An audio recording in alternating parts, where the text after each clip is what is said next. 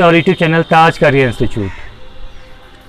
हमने जो है मैथ्स के जो है 3rd चैप्टर कंप्लीट कर चुके हैं, जिसका नाम है दो चर वाले रैखिक समीकरण, जिसे इंग्लिश में कहते हैं लीनियर इक्वेशन इन 2 वेरिएबल। इस चैप्टर के रिगार्डिंग हमने सारे कंप्लीट करा लिए हैं, जितने भी एक्सरसाइज थे इसमें। इस चैप्टर के रिगार्डिंग जो भी कॉन्सेप्ट थे वो हमने बता दिए, और इस चैप्टर के रिगार्डिंग जो मैट्रिक का एग्ज़ाम हुआ है फरवरी में, वो सारे क्वेश्चन पेपर करा दिए और देखें कि सारे क्वेश्चन बन भी जाते हैं। तो इस तरीके से इस चैप्टर के रिगार्डिंग हमारे पास सिर्फ एक ही जो है ऑप्शन बचा है, वो है मौखिक भाषा का आपस में कन्वर्सेशन होना। तो हमारा ओरल जो रह गया था, तो इस तरीके से हम अपने स्टूडेंट को बुलाएंगे और इस चैप्टर के रिगार्डिंग हम ओरल कन्वर्सेशन करने की कोशिश करेंगे। तो इस ओरल कन्वर्सेशन से, ये मौखिक भाषा से जो हमारी बातचीत होगी स्टूडेंट के बीच में, तो हमारे जो व्यूअर्स होंगे, जो हमारे TCI के जो फैमिली है, उनको इतना फ़ायदा होने वाला है कि इस चैप्टर के रिगार्डिंग आपको थोड़ा सा भी ऑब्जेक्टिव क्वेश्चन जो है ना, आसानी से समझ में आएगा आपको और आसानी से बना सकते हैं इस चैप्टर के रिगार्डिंग। तो आप घर बैठे अपने स्टूडेंट के बीच में, अपने दोस्तों के बीच में आप इस चैप्टर को कुछ इस तरीके से आप जो है रिवीजन कर सकते हैं। तो हम चलें शुरू करते हैं। शुरू करने से पहले आप प्लीज़ मेरे यूट्यूब चैनल पे अगर नए हैं तो प्लीज़ इसे सब्सक्राइब करें, लाइक करें, और जो चीज़ आपको समझ में आए तो वो कमेंट भी कर सकते हैं, ठीक है। और जो भी प्रॉब्लम हो तो कमेंट के ज़रिए आप मेरे तक पहुंचा दीजिए, और वो कमेंट से हम जो है आपकी जो है सारी नीड्स को हम फुलफ़िल करेंगे। तो इस तरीके से हम अपने स्टूडेंट को हम वेलकम करते हैं।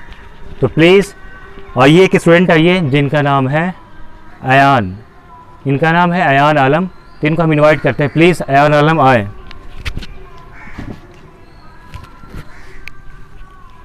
जी बताइए, क्या नाम है आपका? जी मेरा नाम मोहम्मद अयान आलम है। कौन से क्लास में पढ़ते हैं आप? जी हम 10वीं में पढ़ते हैं। बताइए कौन सा मीडियम है आपका? हिंदी मीडियम। ये बताने की कोशिश कीजिए कि बोर्ड कौन सा है आपका? बिहार बोर्ड है। हमने मैथमेटिक्स का 3rd चैप्टर पढ़ा है, क्या नाम है उसका? दो चर वाले रैखिक समीकरण। अच्छा, इस चैप्टर को जो है दो चर वाले रैखिक समीकरण क्यों कहते हैं? इसलिए कि इसमें 2 समीकरण होते हैं और अलग अलग चर होते हैं और इनकी पावर 1 होती है, इसलिए इसका नाम, इस चैप्टर का नाम दिया गया दो चर वाले रैखिक समीकरण के युग में। बताइए कि दो चर वाले रैखिक समीकरण होंगे तो उसमें कितने कंडीशन बनेंगे? जी इसमें 3 कंडीशन बनेंगे, और हर एक रैखिक समीकरण सीधी रेखा प्राप्त होता है हर एक रैखिक समीकरण से। तो इसमें 2 रैखिक समीकरण है, इसलिए हमें इसमें 3 कंडीशन प्राप्त होंगे।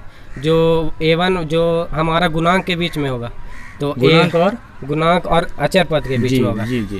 तो A1 बताइए, नंबरिंग से बताइए। नंबर 1 में बताइए क्या कंडीशन आप रखेंगे? जी नंबर 1 में कंडीशन होगा कि A1/A2 equal to not B1/B2। तो ये हमारा प्रतिच्छेद रेखा होगा जो एक दूसरे को प्रतिच्छेद करेगा, और ये पॉइंट पे करेगी, ये एक बिंदु पर कट करेगी। तो इसके लिए इसका नाम प्रतिच्छेदी, और ये इसका एक हल हो गया, और ये जब कट कर रहा है तो ये संगत हो गया। अच्छा, दूसरा कंडीशन बताइए प्लीज। दूसरा कंडीशन कि इसमें A1/B2 फिर बराबर B1/B2 बराबर C1/C2 तीनों आपस में बराबर होंगे, जो हमें संपाती रेखा प्राप्त होंगे, जिसमें इसके अनेक हल होंगे और ये संगत होंगे। तीसरा कंडीशन बताएं। तीसरा कंडीशन होगा कि A1/A2 बराबर B1/B2 लेकिन C1/C2 बराबर नहीं होंगे, जिसमें हमें संपाती रेखा प्राप्त होगा जो एक दूसरे को कट नहीं करेंगे, और ये एक दूसरे को समांतर हैं, और इसलिए ये कट नहीं कर रहे हैं, तो इसका कोई हल नहीं है।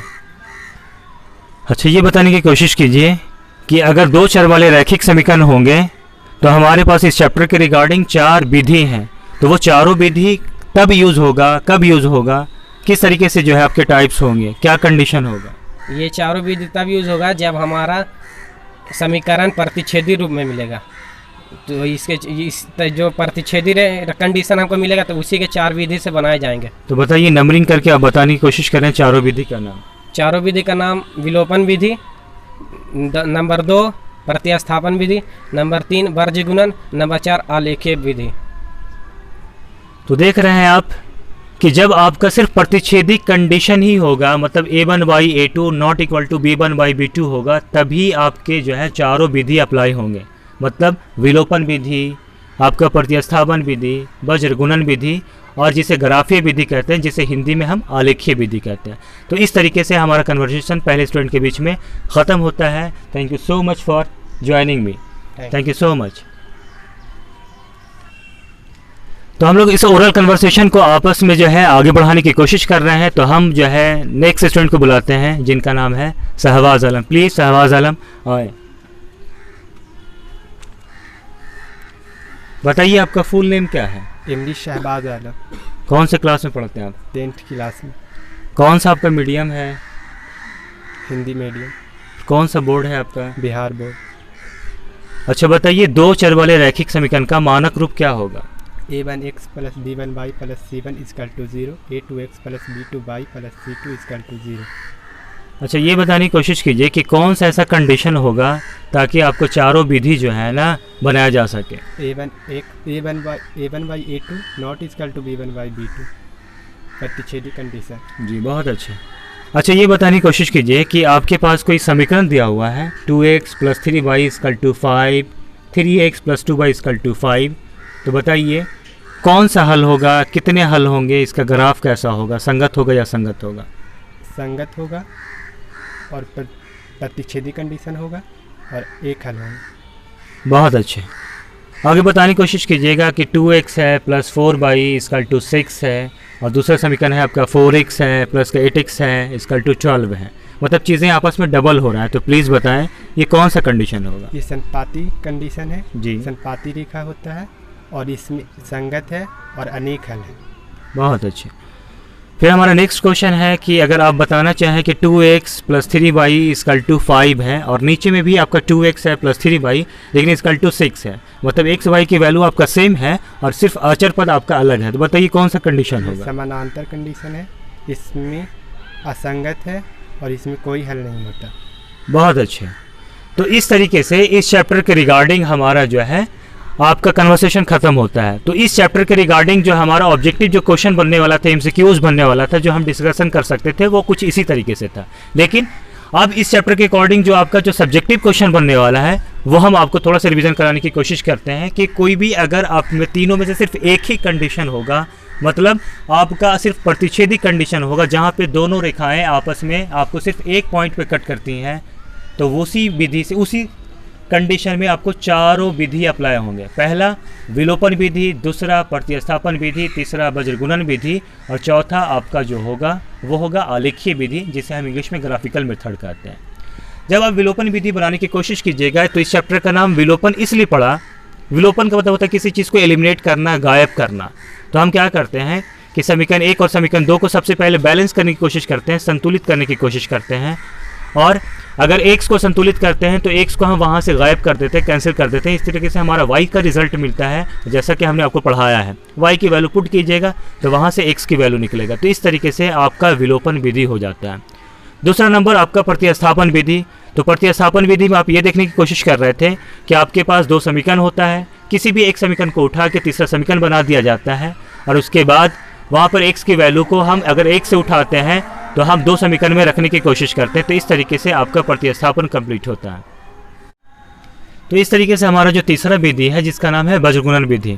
बताइए जब वज्रगुणन विधि आप बनाने की कोशिश कीजिएगा तो आप जो अचर पद के बदले में जो 1 लेते हैं या -1 लेते हैं, बताइए कौन कौन से कंडीशन पे 1 या -1 लेते हैं?